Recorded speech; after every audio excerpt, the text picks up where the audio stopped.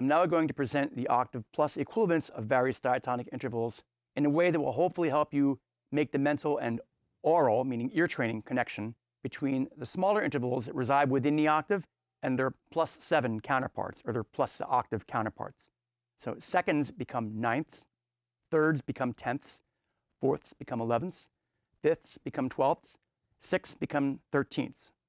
And in each example, we're going to take the same two notes, and I'm going to move the higher note up an octave, or move the lower note down an octave, and you'll hear what it sounds like. So here's C and D. That's a major second interval. Now, what happens if I take the D note and throw it up an octave? I have C and D here. That's a major ninth. So a major second plus an octave becomes a major ninth. Doesn't sound quite as jarring, right, when you add that octave in there. Now I'm going to bring the C note up an octave. So now we have a major second again. Sounds a little less rumbly in that middle register. And then we're going to throw the D note up another octave to make it a major ninth again. And then we'll throw the C note up an octave. That's a major second. And here's a major second again. So again, that's major second, major ninth, major second, major ninth, major second, major ninth. Now we're going to do the same thing with major thirds and major tenths. We have C and E. That's a major third. We're going to throw the E note up an octave. Use the open high E string there. That's a major tenth. And then we're going to bring the low note up an octave. Then it becomes a major third again. Then you can major tenth, do it like that. Major third, play the same notes here. Major third, throw the top note up an octave. Major tenth, throw the bottom note up an octave. Major third, here's a major third way down here. And then here's a major tenth. You could do the same thing with perfect fourths and 11ths. Remember, fourths become 11ths. So here's C and F, that's a perfect fourth. C and F, that's a perfect 11th. C, F, perfect fourth. C, F, perfect 11th. C, F, perfect 11th. You notice it has the same kind of quality no matter what octave you play it in. Likewise, we could do the same thing with fifths, which become 12ths when you add the octave to the higher note. There's C and G, that's a perfect fifth. That's C and G, an octave higher, so it's a fifth plus an octave, which comes to 12th. And now we're going to make it a fifth again by bringing the low note up. And then here's a little bit of a stretch. So a 12th is an octave plus a fifth. And then that's a fifth again. And continuing along, we're going to do the same thing with major sixths, which when you add that octave becomes a major 13th. So here's C and A. It's a major sixth. C-A, that's a major 13th. C-A, major sixth. Same notes played up here. Bring the A note up an octave. Major 13th.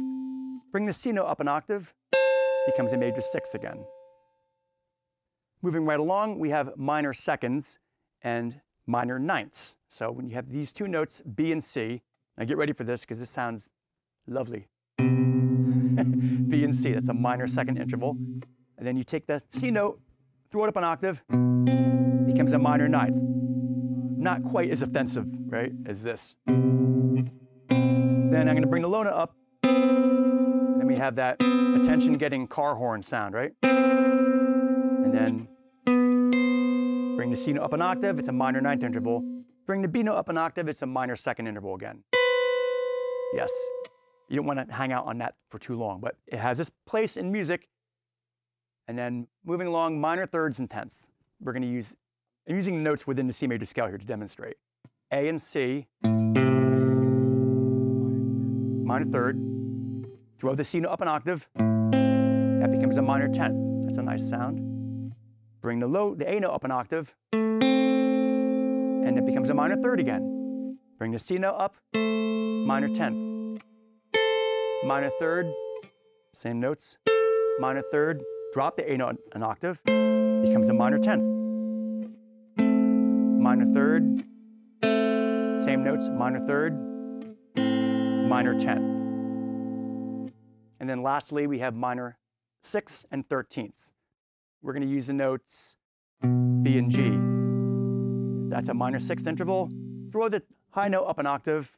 That's a minor 13th. Bring the lower note up an octave. And that's a minor 6 once again. Play the same 2 notes up here. Minor 6, minor 13th.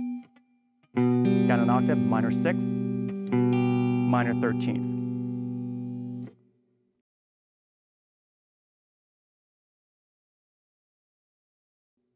Next topic with intervals is inversions.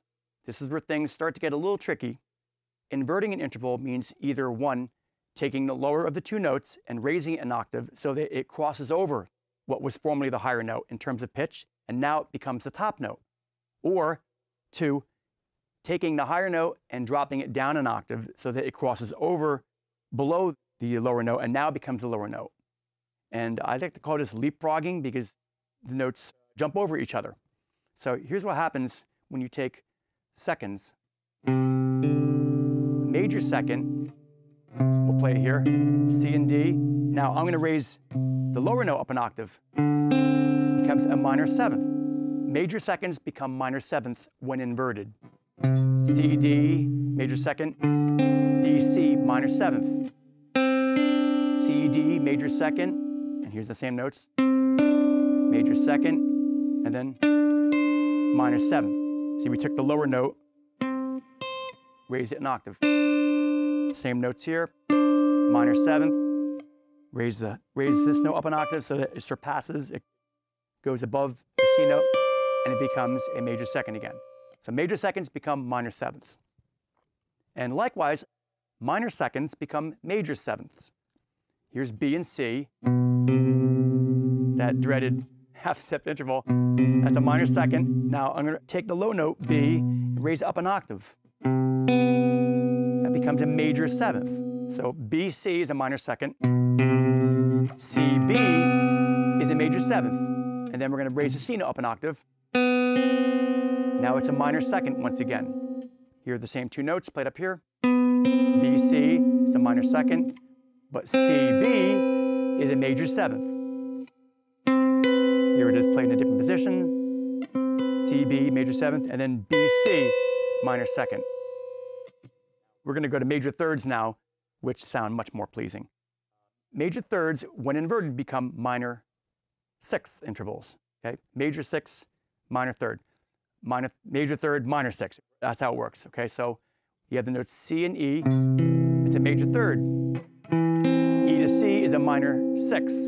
And then C to E is a major third. Same notes here. Throw the C note up an octave so it's on top of the E note now. Minor 6. Minor 6, same notes played in a higher position, and then raise it up an octave. Becomes a major third again, C, E. Here it is 2 octaves lower. It's a major third, C, E, then E, C is a minor 6. And likewise, minor thirds become major 6. So I'm going to demonstrate with the notes A and C. A, C is a minor third. C to A is a major 6. A, C, minor third. C, A, major 6. Here's A, C again, minor third. C to A, major 6. A, C, minor third. C, A, major 6. A, C, minor third. Here are the same notes played higher on the lower strings. Minor third. C to A, it's a major 6. And finally, perfect fourths, when inverted, become perfect fifths. So we're using 2 notes C and F to demonstrate. Okay, that's a perfect fourth. Throw the F note down an octave so it's below the C. That becomes a perfect fifth. Perfect fourth, perfect fifth,